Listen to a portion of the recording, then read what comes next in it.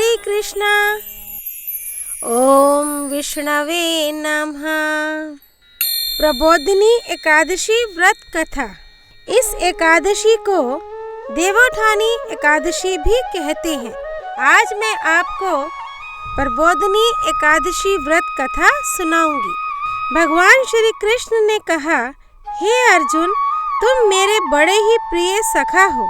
हे पार्थ, अब मैं तुम्हें पापों का नाश करने वाली तथा पुण्य और मुक्ति प्रदान करने वाली प्रबोधिनी एकादशी की कथा सुनाता हूँ। श्रद्धा पूर्वक श्रवण करो।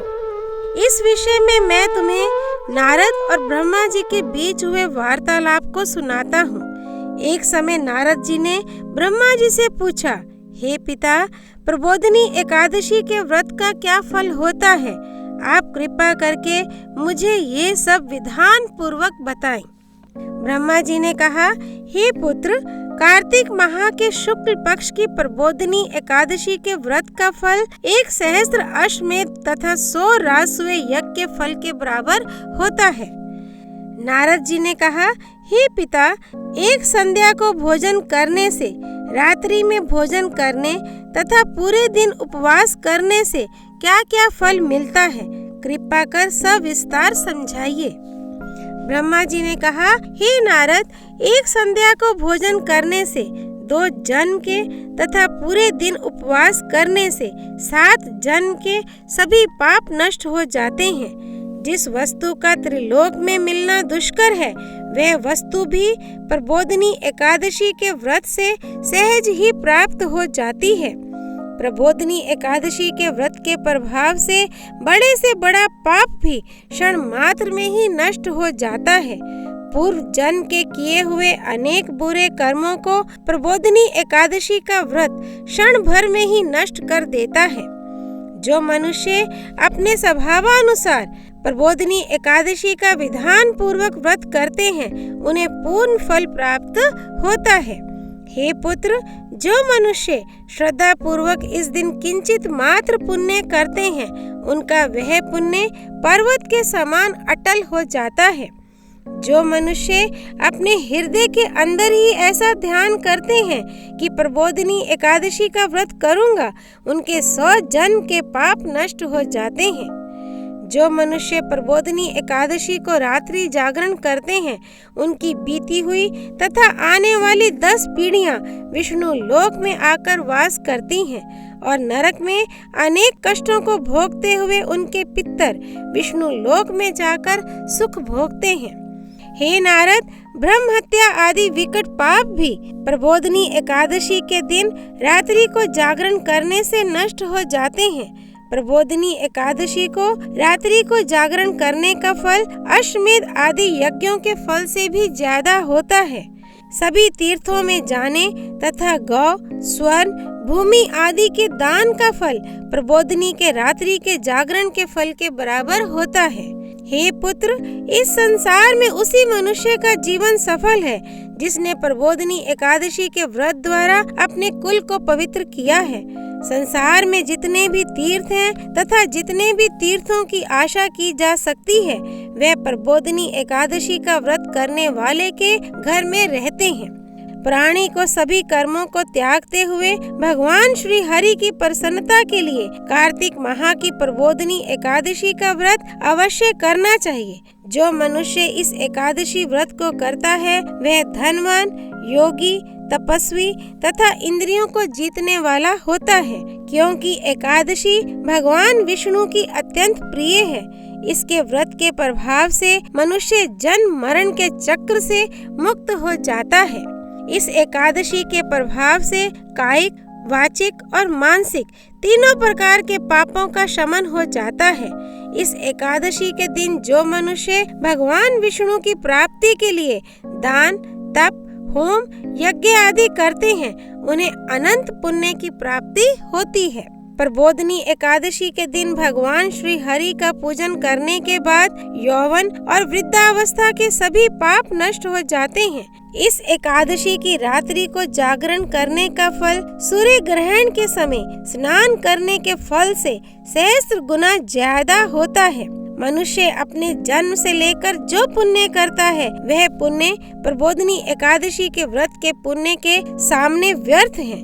जो मनुष्य प्रबोधनी एकादशी का व्रत नहीं करता उसके सभी पुण्य व्यर्थ हो जाते हैं। इसलिए हे पुत्र, तुम्हें भी विधान पूर्वक भगवान विष्णु का पूजन करना चाहिए। जो मनुष्य कार्तिक माह के धर्म प्राण होकर अन्य व्यक्तियों का अन्न नहीं खाते उन्हें चांद्रायण व्रत के फल की प्राप्ति होती है। कार्तिक माह में प्रभु दान आदि से उतने प्रसन्न नहीं होते जितने कि शास्त्रों की कथा सुनने से प्रसन्न होते हैं।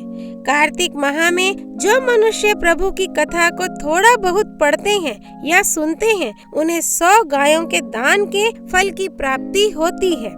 ब्रह्मा जी की बात सुनकर नारद जी बोले, हे पिता, अब आप एकादशी के व्रत का विधान कहिए और कैसा व्रत करने से किस पुण्य की प्राप्ति होती है, कृपा कर यह भी समझाइए। नारद की बात सुन ब्रह्मा जी बोले, हे पुत्र, इस एकादशी के दिन मनुष्य को ब्रह्म मुहूर्त में उठ जाना चाहिए और स्नानादि से निवृत्त होकर व्रत का संकल्प करना चाहिए।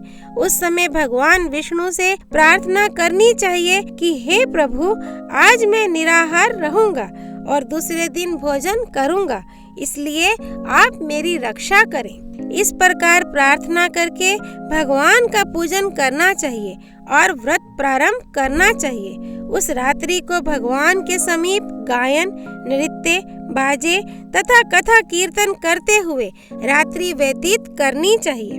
प्रबोधनी एकादशी के दिन कृपणता को त्याग कर बहुत से पुष्प, अगर, धूप आदि से भगवान की आराधना करनी चाहिए। शंख के जल से भगवान को अर्घ्य देना चाहिए। इसका फल तीर्थ दान आदि से करोड़ गुना अधिक होता है। जो मनुष्य अगस्त्य पुष्प से भगवान का पूजन करते हैं उनके सामने इंद्र भी हाथ जोड़ता है। कार्तिक माह में जो बिल पत्र से भगवान का पूजन करते हैं उन्हें अंत में मुक्ति मिलती है। कार्तिक माह में जो मनुष्य तुलसी जी से भगवान का पूजन करता है उसके 10,000 जन्मों के सभी पाप नष्ट हो जाते हैं। जो मनुष्य इस माह में श्री तुलसी जी के दर्शन करते हैं या स्पर्श करते हैं या ध्यान करते हैं या कीर्तन करते हैं या रोपण करते हैं अथवा सेवा करते हैं, वे 1000 कोटि युग तक भगवान विष्णु के लोक में वास करते हैं। जो मनुष्य तुलसी का पौधा लगाते हैं उनके कुल में जो पैदा होते हैं वे परले के अंत तक विष्णु लोक में रहते हैं। जो मनुष्य भगवान का कदम पुष्प से पूजन करते हैं वह यमराज के कष्टों को नहीं पाते। सभी कामनाओं को पूरा करने वाले भगवान विष्णु कदम पुष्प को देखकर अत्यंत प्रसन्न होते हैं।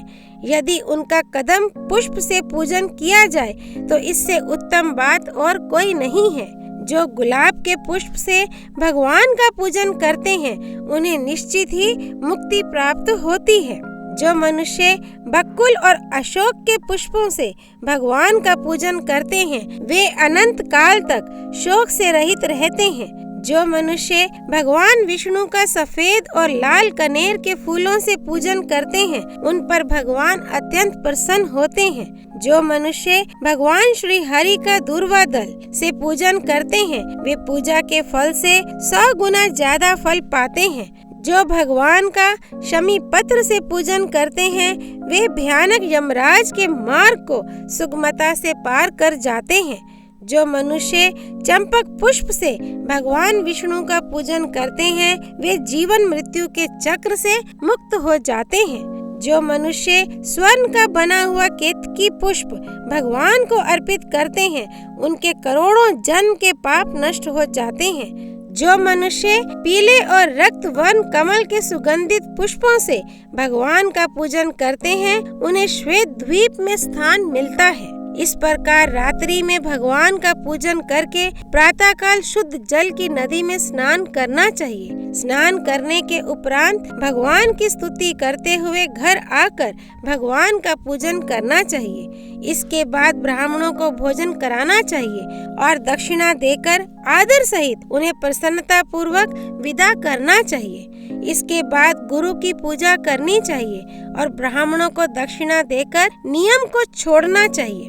जो मनुष्य रात्रि स्नान करते हैं उन्हें दही और शहद दान करना चाहिए। जो मनुष्य फल की आशा करते हैं उन्हें फल दान करना चाहिए। तेल की जगह घी और घी की जगह दूध, अन्नों में चावल दान करना चाहिए। जो मनुष्य इस व्रत में भूमि पर शयन करते हैं उन्हें सब वस्तुओं सहित शय्या दान करना चाहिए।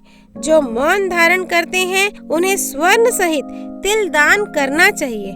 जो मनुष्य कार्तिक माह में खड़ाऊ धारण नहीं करते उन्हें खड़ाऊ दान करने चाहिए।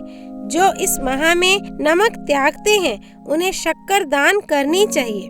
जो मनुष्य नित्य प्रति देव मंदिरों में दीपक जलाते हैं उन्हें स्वर्ण या तांबे के दीपक को घी तथा बत्ती सहित दान करना चाहिए। जो मनुष्य चातुर्मास्य व्रत में किसी वस्तु को त्याग देते हैं उन्हें उस दिन से उस वस्तु को पुनः ग्रहण करना चाहिए। जो मनुष्य प्रबोधिनी एकादशी के दिन विधान पूर्वक व्रत करते हैं उन्हें अनंत सुख की प्राप्ति होती है और अंत में स्वर्ग को जाते हैं।